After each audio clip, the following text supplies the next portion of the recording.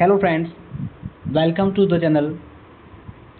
આ વિડીયોમાં આપણે પરફેક્ટ કન્ટિન્યુઅસ પ્રેઝન્ટ ટેન્સ એના વિશે ચર્ચા કરશું. પરફેક્ટ પ્રેઝન્ટ કન્ટિન્યુઅસ ટેન્સ એ મેં અગાઉ જે પાસ્ટ પરફેક્ટ કન્ટિન્યુઅસ ટેન્સ શીખવાડ્યો હતો એક્ઝેક્ટલી એના જેવો છે, થોડોક ચેન્જ રહેશે. જુઓ તો સૌથી પહેલાં એની ડેફિનેશન જોઈ લઈએ તો એની વ્યાખ્યા શું છે, કોને પરફેક્ટ પ્રેઝન્ટ કન્ટિન્યુઅસ ટેન્સ કહેવાય છે. This tense describes an action. હવે અહીંયા ગુજરાતીમાં લખેલું છે નહીં, અંગ્રેજીમાં છે, આપણે એને ગુજરાતી કરીને સમજશું. This tense describes an action that started in the past and is still continuing in the present or has recently stopped but has a connection with the present. ચલો આપણે એનું ગુજરાતી સમજી લો કે ભાઈ એવી કોઈ ઘટના અથવા ક્રિયા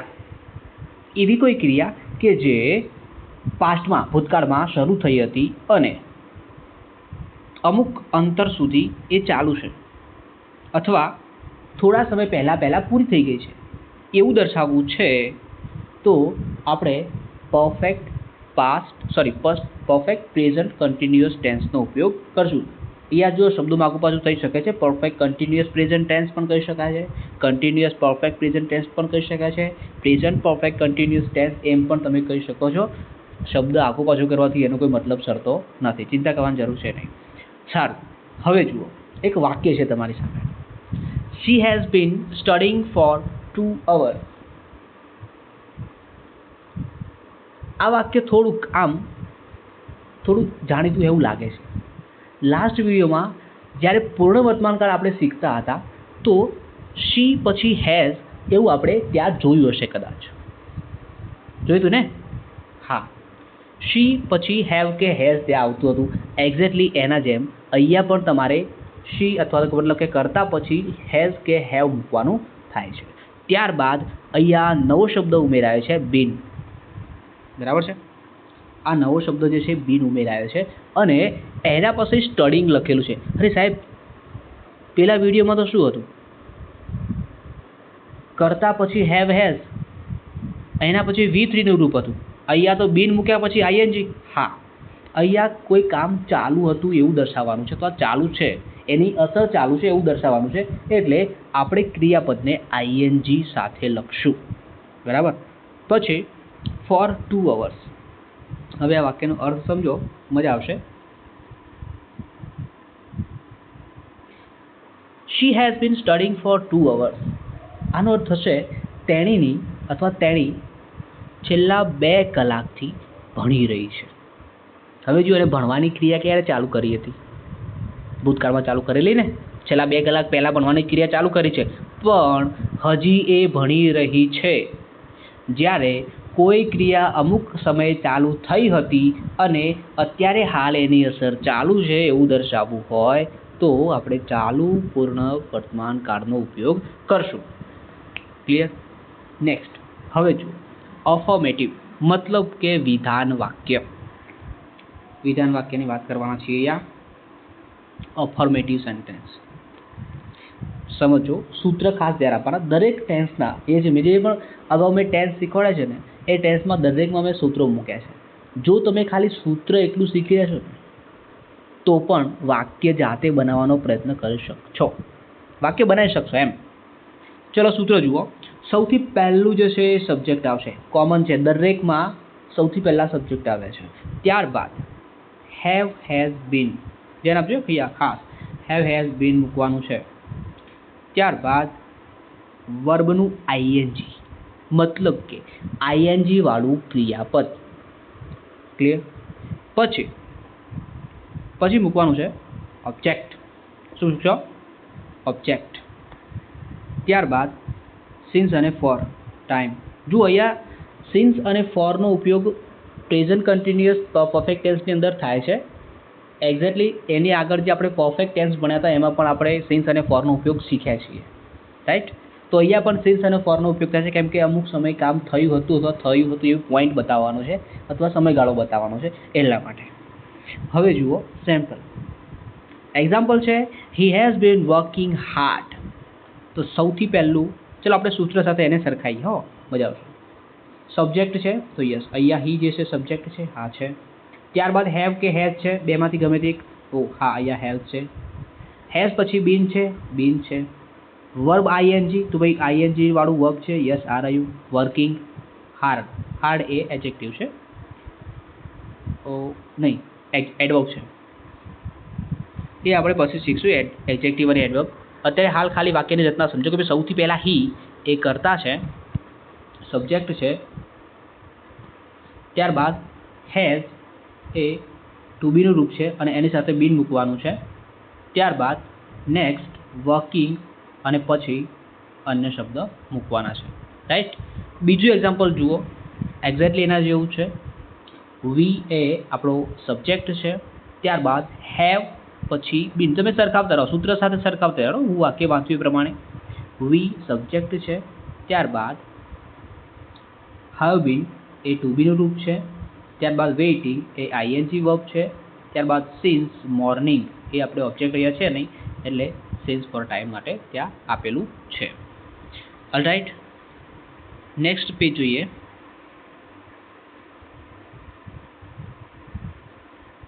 ઓકે, જુઓ નેગેટિવ. હવે અત્યારે જે આપણે બહુ સેન્ટેન્સ શીખ્યા ને એ હતા પોઝિટિવ, હકાર વાક્ય હતા. હવે અહીંયા આવી ગયા છે નકાર વાક્ય. નકાર હોય તો શું કરવા? કંઈ નહીં યાર, નકાર હોય તો સબ્જેક્ટ પ્લસ હેવ હેઝ પછી નોટ મૂકી અને પછી બીન મૂકવાનું. બીન અને હેવ હેઝના વચ્ચે નોટ આવશે. વાક્યમાં જુઓ મજા આવશે. She has not been studying for 2 hours. તો જુઓ, શી એ સબ્જેક્ટ અગાઉના સેન્ટેન્સમાં તે મુજબ છે, હેઝ પણ છે, એમના એમ છે, પણ બીન અને હેઝના વચ્ચે ત્યાં આપણે નવો શબ્દ મૂક્યો છે નોટ. તો નકાર વાક્યમાં અહીંયા ફક્ત તમારે નોટ મૂકશો એટલે તમારું નકાર વાક્ય તૈયાર. ત્યારબાદ જે આગળના સેન્ટેન્સમાં આગળનું જે અફર્મેટિવ સેન્ટેન્સ હતું એમાં જે સૂત્ર હતું એ મુજબ જ આપણે સૂત્ર વાપરવાનું છે. પછી આઈએનજી વાળું ક્રિયાપદ, ત્યારબાદ ફોર 2 hours એ સમય દર્શાવે છે. સમજણ પડી? ચલો વાક્ય જુઓ. તે સારી રીતે ઊંઘી રહ્યો નથી, મતલબ કે તેને ઊંઘ નથી આવી રહી ભાઈ, એને ઊંઘ આવી રહી નહીં, મોબાઈલ વધારે મચડ્યો લાગે. She has not been sleeping well. અરે છોકરી છે. She has not been sleeping well. તેણીની સારી રીતે ઊંઘી રહી નથી. ભાઈ રહ્યો નથી, યા લોચો છે, રહ્યો નથી ને રહી નથી. હો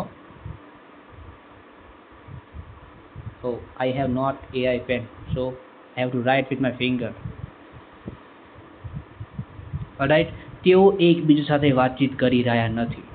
They have not been talking to each other. તેઓ બે એકબીજા સાથે વાત નહીં કરી રહ્યા. તેઓ મેચ માટે અભ્યાસ કરી રહ્યા નથી. સમજો, લખવામાં ભૂલ થયેલી છે. તેઓ મેચ માટે અભ્યાસ કરી રહ્યા નથી. They have not been practicing for the match. We have not been using this machine for months. અમે આ મશીનનો મહિનાથી ઉપયોગ કર્યો નથી. ભાઈ 1 મહિનાથી આ મશીનનો અમે ઉપયોગ નથી કર્યો. He has not been working on his goal. તે પોતાના લક્ષ્ય પર કામ કરી રહ્યો નથી. એને કામ કરતા નહીં આવડતું યાર, આમ પણ કામ કરે છે. ઓલરાઈટ, તો જ્યારે નેગેટિવ સેન્ટેન્સ તમે બનાવશો તો એમાં કોઈ ચેન્જ કરવાનું નથી વધારે, ફક્ત હેવ અને હેઝ પછી નોટ મૂકવાનું છે. આપણે અહીંયા લખીએ છીએ, જુઓ, જ્યારે નેગેટિવ હશે ને તો હેવ અને હેઝ એના પછી નોટ મૂકવાનું છે અને પછી બીન મૂકવાનું છે. ક્લિયર? ચાલો આગળ જવા દઈએ છીએ. હવે બહુ સહેલું છે ઇન્ટ્રોગેટિવ સેન્ટેન્સ. ભાઈ ઇન્ટ્રોગેટિવ સેન્ટેન્સ એટલે પ્રશ્નાર્થ વાક્ય. સૌથી પહેલાં પ્રશ્નાર્થ વાક્ય બનાવવા માટે તમારે હેવ કે હેઝ મૂકવાનું થાય છે. હેવ ને હેઝ મૂક્યા પછી સબ્જેક્ટ મૂકવાનો થાય છે અને સબ્જેક્ટ મૂક્યા પછી બીન અને પછી આઈએનજી વાળું વર્બ. એના પછી ઓબ્જેક્ટ અને સિન્સ ફોર, મતલબ કે એક્સ્ટ્રા વર્ડ જે છે હોય એ મૂકવાના થશે. અને છેલ્લે ક્વેશ્ચન માર્ક. દરેક વિડીયોમાં કહું છું, જ્યારે પણ પ્રશ્ન વાક્યની વાત આવે એટલે દરેક સેન્ટેન્સમાં જો તમારે પ્રશ્ન વાક્ય બનાવો છો તો એ પ્રશ્ન વાક્યની પાછળ પ્રશ્નાર્થ ચિહ્ન કરવું જરૂરી છે. જો તમે પ્રશ્નાર્થ ચિહ્ન નહીં કરતા તો તમારું વાક્ય ખોટું. આપણે એવું નહીં કરીએ, પ્રશ્નાર્થ ચિહ્ન કરશું જ. બધામાં નહીં કરવાનું, બીજાના વાક્યમાં નહીં થાય. આ પ્રશ્નાર્થ વાક્યની વાત કરું છું. ઓકે, તો પહેલું સૂત્ર જે છે એ યસ કે નોમાં જવાબ મળે ને એનું છે. તમે જોયું અગાઉ પણ આપણે જ્યારે સિમ્પલ પ્રેઝન્ટ ટેન્સ શીખતા હતા ત્યાં પણ ડુ અને ડઝથી પ્રશ્નની શરૂઆત કરતા હતા. એ જ રીતે કન્ટિન્યુઅસ પ્રેઝન્ટ ટેન્સ શીખતા હતા એ પણ એમ ઇઝ આરથી પ્રશ્નની શરૂઆત કરતા હતા. અહીંયા આના પહેલાં અગાઉ જે વિડીયો આપણે લાસ્ટ ટાઈમ જે જોયો પૂર્ણકાળનો, મતલબ કે પૂર્ણ વર્તમાનકાળનો, તો પૂર્ણ વર્તમાનકાળના જે વાક્યો હતા એમાં પણ યસ કે નોમાં જે જવાબ મળતો હતો એ વાક્યો કેવા બનાવ્યા આપણે? હેવ અને હેઝથી શરૂ થતા પ્રશ્નો બનાવ્યા છે. પણ અહીંયા સેમ છે, એવું છે, થોડુંક ચેન્જ છે. હેવ અને હેઝ પછી સબ્જેક્ટ આવશે અને પછી બીન અને પછી આઈએનજી વાળું ક્રિયાપદ. ચલો પ્રશ્નો જોઈએ. જુઓ સૂત્ર મુજબ પ્રશ્નો અહીંયા WH વર્ડ આવશે ને તો WH વર્ડ આગળ આવતું રહેશે. સેમ આ સૂત્ર જ છે, સૂત્રમાં કોઈ ચેન્જ નથી. આ સૂત્ર છે પણ વચ્ચે એના આગળ WH વર્ડ આવશે. ઓલરાઈટ, એક્ઝામ્પલ જુઓ. Has she been studying for 2 hours? શું તે ભાઈ 2 કલાકથી અભ્યાસ કરી રહી છે? એ 2 કલાકથી અભ્યાસ કરવાનું એનું ચાલુ છે એમ હાલ સુધી. Have you bin studying English? શું તમે અથવા શું તું અંગ્રેજી ભણી રહ્યા છે તો રહી છે? તું અંગ્રેજી ભણી રહી છે? Has it been raining since 5 PM? શું 5 વાગ્યાથી વરસાદ પડી રહ્યો છે? આખો દાડો પડે છે. What have you bin doing since morning? હવે જુઓ, હવે અત્યાર સુધીના જે સેન્ટેન્સ હતા ને એના શરૂઆત હેવ કે હેઝથી થતી હતી, રાઈટ? પણ અહીંયા જે શરૂઆત થાય છે એ WH વર્ડથી થાય છે. WH વર્ડ પછી હેવ આવે છે ને? તો તમારે WH વર્ડ મૂક્યા પછી હેવ કે હેઝ જે નિયમ પ્રમાણે આવે છે, અહીંયા તેના ઉપર હેવ કે હેઝ જે નિયમ પ્રમાણે આવે છે મૂકવાનું છે. ત્યારબાદ સબ્જેક્ટ, એના પછી બીન, આ લખી દેવાનો. આ સૂત્રો બધા ખાસ લખી દેવાના. બીન પછી આઈએનજી વાળું ક્રિયાપદ, ઓબ્જેક્ટ અને એક્સ્ટ્રા વર્ડ, અને છેલ્લે question mark. Clear? What have you bin doing since morning? તમે સવારથી શું કરી રહ્યા છો અથવા રહ્યા હતા એમ કહી શકાય. Where has he been living for 5 years? તે 5 વર્ષથી ક્યાં રહી રહ્યો છે અથવા ક્યાં રહી રહી છે? ક્યાં રહે છે એમ 5 વર્ષથી? Y have you bin ignoring મી? તમે મને શા માટે અવગણી રહ્યા છો? ભાઈ તમે મને કેમ ઇગ્નોર કરો છો એમ કહે છે આપણે. તો શા માટે તમે મને અવગણી રહ્યા છો? તો આ પ્રકારના વાક્યો આપણે પ્રેઝન્ટ પરફેક્ટ કન્ટિન્યુઅસ ટેન્સમાં બનાવીએ છીએ. આ કાળ પરીક્ષામાં બહુ ઓછી વખત પૂછાય છે. જો વિદ્યાર્થીઓ જો વાપરતા હોય આ કાળને તો બહુ ઓછી વખત પૂછાય છે અને બોલચાલમાં પણ આ કાળ ઓછો વપરાતો હોય છે. મિત્રો, તમારા માટે એક સરસ મજાની એક જાહેરાત તો ના કહેવાય પણ એવું કહી શકો કે તમને ગિફ્ટ, ઓકે, તમને એક ભેટ આપું છું. આપણું એક વોટ્સઅપ ગ્રુપ છે. હું એ વોટ્સઅપ ગ્રુપની લિંક અથવા મારો મોબાઈલ નંબર વોટ્સઅપનો જે છે એ હું ડિસ્ક્રિપ્શન બોક્સમાં આપી દઉં છું. તમે એ મોબાઈલ નંબર પર મેસેજ કરી અથવા તો લિંક પર ક્લિક કરી અને એ વોટ્સઅપ ગ્રુપ જોઈન કરી લેજો. એમાં તમને PDF મળશે અવારનવાર, જે ગ્રામરના ટૉપિક હશે અને લાગુ પડતી હશે અને સારી એવી હશે તમારા લગતી તો એમને મળશે. આ વિડીયોની જે PDF છે, આ વિડીયો બધી PDF થોડી આપવાની છે. યસ, આમાં જે સેન્ટેન્સીસ છે એમાં થોડાક બીજા વધારે સેન્ટેન્સ ઉમેરી અને તમને પ્રેક્ટિસ માટે બીજા સેન્ટેન્સ ગુજરાતી સાથે લખીને એક્ઝામ્પલ તમને ત્યાં મળશે. બરાબર? તો તમે એનો અભ્યાસ કરજો, ગ્રુપમાં જોઈન થઈ જશો એટલે તમને વિડીયોની લિંક પણ એમાં મળશે અને બીજું મટીરિયલ પણ તમને ત્યાં ફ્રી મળશે. અને વિડીયોને તમારા મિત્રો સાથે કે સગા સંબંધી વાલા સાથે શેર કરતા રહો તો એ પણ અંગ્રેજી શીખતા થઈ જાય. અને ચેનલને સબસ્ક્રાઈબ ના કરી હોય તો આપણી ચેનલને હજી સબસ્ક્રાઈબ કરી દો અને લાઈક કરવાનું રાખો. Okay, we will meet again on next video. Thank you.